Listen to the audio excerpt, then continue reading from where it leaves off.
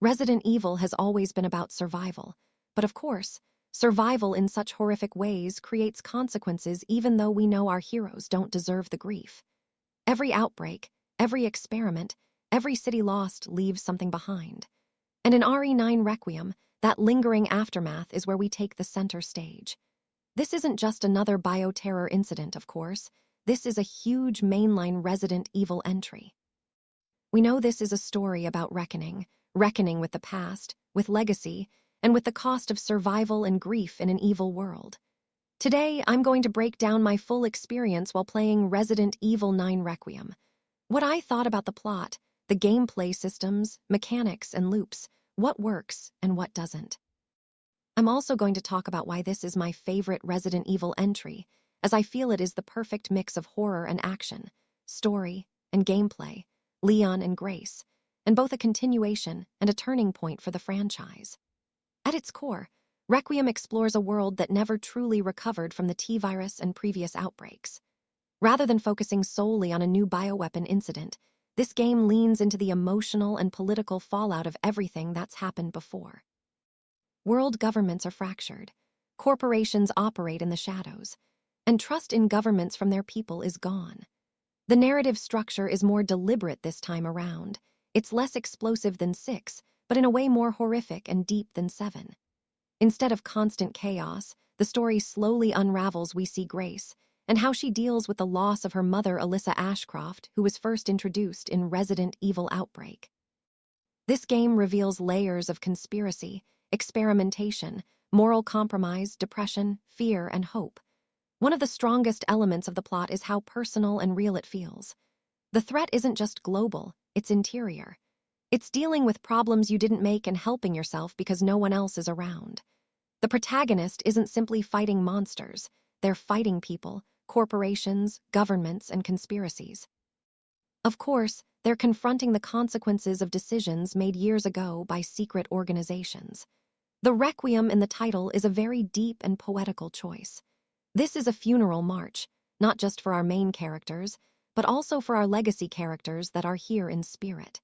This is in an era of unchecked experimentation and terrors unlike those we've ever seen before. And while the game absolutely delivers on high-stakes action, its most effective moments are quiet. Abandoned facilities, audio logs that reveal failed containment, and environmental storytelling that shows how Leon's and Grace's lives were interrupted mid-escape, and how this basically changes them forever, for the better. But of course we know pain makes us better. Gameplay-wise, RE9 feels like an evolution of the modern Resident Evil formula. It keeps the tight over-the-shoulder tension and deliberate packing of RE4, but introduces systems that make resource management even more meaningful. Grace's inventory is more akin to RE7 and RE2, while Leon's is more akin to RE4 and RE8. Combat is still heavy and grounded. Weapons feel impactful, but ammo scarcity ensures we're constantly thinking about what we're carrying and making hard choices about what to bring and what to leave behind. Do you clear the room? Or do you conserve supplies and risk getting cornered later? Enemy design reinforces this tension. Standard infected are dangerous in numbers, but it's the advanced mutations that truly terrify and disrupt your rhythm. Some enemies adapt mid-fight, forcing us to change tactics rather than rely on memorized patterns. Boss fights are less about spectacle and more about pressure and storytelling. They're endurance tests, mechanically demanding, but grounded in the horror atmosphere this series is known for. Exploration plays a larger role than in previous entries. RE9 is huge, and you'll be exploring Raccoon City and environments that are huge in scope. Of course, this is the closest the series has ever gotten to an open world, and it makes the world feel real, both really fun and really bleak and really eerie. Areas are interconnected, with shortcuts unlocking in satisfying and effective ways. Backtracking never feels pointless. New tools and story revelations recontextualize older areas and make previously visited locations fresh and interesting again. The packing is carefully balanced between black combat-heavy sequences, black puzzle-solving segments, pure and unadulterated atmospheric horror, and that balance is what keeps the experience from becoming predictable, boring, stale, or unengaging. One of the most noticeable improvements is how RE9 handles tension and action. The game subtly adjusts enemy spawns and resource placement based on player behavior. If you rely too heavily on certain tactics, the game pushes back. Inventory management remains like classic Resident Evil games of old. Of course, there is limited space, which creates a horrific and constant prioritization of crafting options, which are slightly expanded compared to past games. You're encouraged to think strategically rather than too quickly or hoarding all the things. Stealth is also much more viable than before. Avoiding confrontation isn't just possible, the game intuitively suggests the player to use stealth without cues or written explanations. In a way, this is a first for Resident Evil, and it makes the game feel modern but still classic like RE games of old. The stealth sections reminded me a lot of Last of Us, Star Wars Outlaws, and other games like that.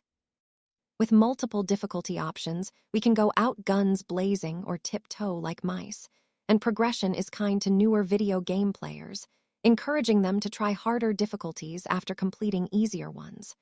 Another important design choice is how environments are structured. They feel more lived in like real places instead feeling hollow or empty. There's a greater emphasis on storytelling through layout. Collapsed barricades, makeshift labs, and failed quarantine zones all tell the story of a world that failed to protect its citizens, its survivors, and its heroes. Of course, this all reinforces the idea that this isn't the beginning of an outbreak, it's the beginning of the end. The end of Umbrella, the end of bioterror, and the end of lies that government hides. Our characters feel like it's their end the whole time, but they make it through. Leon was slowly dying from the T-virus, and Grace felt nihilistic and hopeless, at one point abandoning Leon to go with the bad guys, apologizing later and saving us all in the end. We live in the aftermath of a countless amount of mistakes made by people who couldn't care less. And of course, it's our job to clean up the mess they made and make a better world not only for ourselves, but for the generations to come. Thematically, RE9 feels more mature. Modern, accessible, but weirdly also more classic and legacy. What I mean is past entries often centered on stopping the next catastrophe. Requiem instead asks, what happens when stopping it isn't enough? We've tried stopping these terrible things before, but they keep happening. RE9 attacks the root of evil, not the branches. They seek to stop the evil that makes the monsters, not just the monsters themselves. There's a recurring theme of inherited responsibility. Characters struggle with the burden of legacy. Leon is around 50 years old this time, suffering from the T-virus and known amongst the villains as public enemy number 1. Chris Redfield, Sherry, and other legacy characters are here with us in spirit, and this game feels like art, a terrifying and grotesque introspection on what it feels like to be abandoned by someone who didn't mean to abandon you. But it's also a huge celebration of all things Resident Evil, modern gaming, artistic, horrific, classic, and inspiring. These connections can create really interesting and fascinating games in the future. Past events from this legacy series create more meaning and purpose as the series continues, of course. I really wanted an expansion on the Winters story, but sadly Rosemary and Ethan aren't here. But what is here runs deep, it runs hard, and makes us want to run for our lives in the most artistic and introspective way only a Resident Evil could.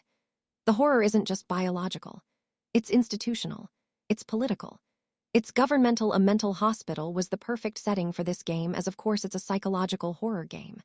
The game mainly takes place in 3 different places: the hospital, Raccoon City, and a sci-fi futuristic lab in Raccoon City's orphanage. This game makes us feel like no matter how many facilities we destroy, rockets we launch at the end of games, and viruses we cure, there's always someone who's always rebuilding. This creates the perfect balance of dread, hopelessness, fear, grief, depression, hope, and future things to look forward to. This game is more actiony than a Silent Hill, brighter than a Fatal Frame, linear than an Alan Wake, but it retains its horror all the same, and for that I applaud it. The existential dread this game gives us carries weight far beyond typical jump scares, as we care for the characters and we're scared for their lives. I cried at the ending where Leon died, as I always try to pick the hopeful option. But the actual ending was amazing. This game made me cry a few times, and I loved every second of it. Seeing everyone live happily ever after is a great aspect of Resident Evil horror games compared to other horror games that don't always have a happy ending, but of course to each their own. Of course, this game has its faults. I feel like my only complaint is during a disagreement between the main characters that made me sad. But you know, it was Ellen White that said, "God translates our prayers." In my mind, I played the scene out differently, which made me love the game and give it a perfect 10. I found that plot point so disagreeable I could have given the game an 8 easily. But that's how I always see things, so that wasn't that weird to me. Some players might find the slower narrative packing less explosive compared to previous entries, however, of course. This is a deliberate choice, as good and effective storytelling in horror needs suspension of belief and empathy for the characters. Certain sections can feel restrictive, especially when resources are scarce to the point of near frustration. Not how I felt, but you know, I sympathize with the cause. This game won't be for everyone, but give it a shot. It really transcends genres and makes something entirely new. No offense, but that tension is the point. Where RE9 shines most is in its atmosphere, its characters, its heartstring-pulling moments, its environmental storytelling, and its mechanical refinement. It doesn't reinvent gaming. It makes it feel like gaming never existed to begin with, and it itself is the start. With no invention to begin with, no reinvention is necessary. RE9 Requiem is a statement, and a powerful and touching one. Respectfully, I felt like it was obvious Capcom was saying action isn't a bad thing. I don't think they went far with 7 or too far in the other direction with 8. 9 is Capcom's way of saying action is awesome and horror is awesome and Resident Evil is awesome. I've always loved 6. As an action game, it's amazing and super fun, but it's not scary at all. I can't help but feel like people who constantly bash and hate on 6 will take hours of schema development, framing, and readjusting to see the beauty in RE9. It truly is a lot of RE4 remake. Grace's segments almost pale compared to how long Leon's segments are. At least that's how it felt. I love 6, so I loved this game right away. But of course, again, for people who didn't like 6, this game might have to sit for a bit. This game honors the survival horror roots of the franchise, while acknowledging its long, complicated, and complex history. It doesn't rely solely on nostalgia. It doesn't chase pure action. Instead, Capcom gives us a focused, tense, and thematically cohesive experience that feels like a natural and logical progression for Resident Evil. If this truly marks the closing chapter of a particular arc, then Requiem is the right word. I feel like those rumors that this would be the last RE game were made just so the ending hit harder. And to that effect, it certainly worked. 10/10 would recommend. This game sets up so many future plot points, it's hard to see the series having a hard reboot, which a lot of people said before the game came out. Of course, this isn't just another Outbreak. It's a reflection on everything that came before and a reflection on everything yet to come. Sometimes, the scariest part isn't the monster in front of you. It's the monsters inside the criminals who make these viruses, these zombies, these abominations. This game made me feel like anything was possible. I absolutely marathoned, which I hardly ever do. From -10 to +10, this game gets a 10.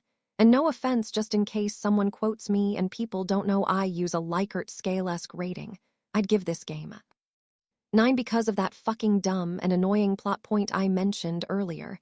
Though how I feel on games can often change, so in a way we can still call it a 10. Thanks for watching, guys. I hope you enjoyed the video. Might Raccoon City continue to scare us for countless years to come, and God bless. Amen.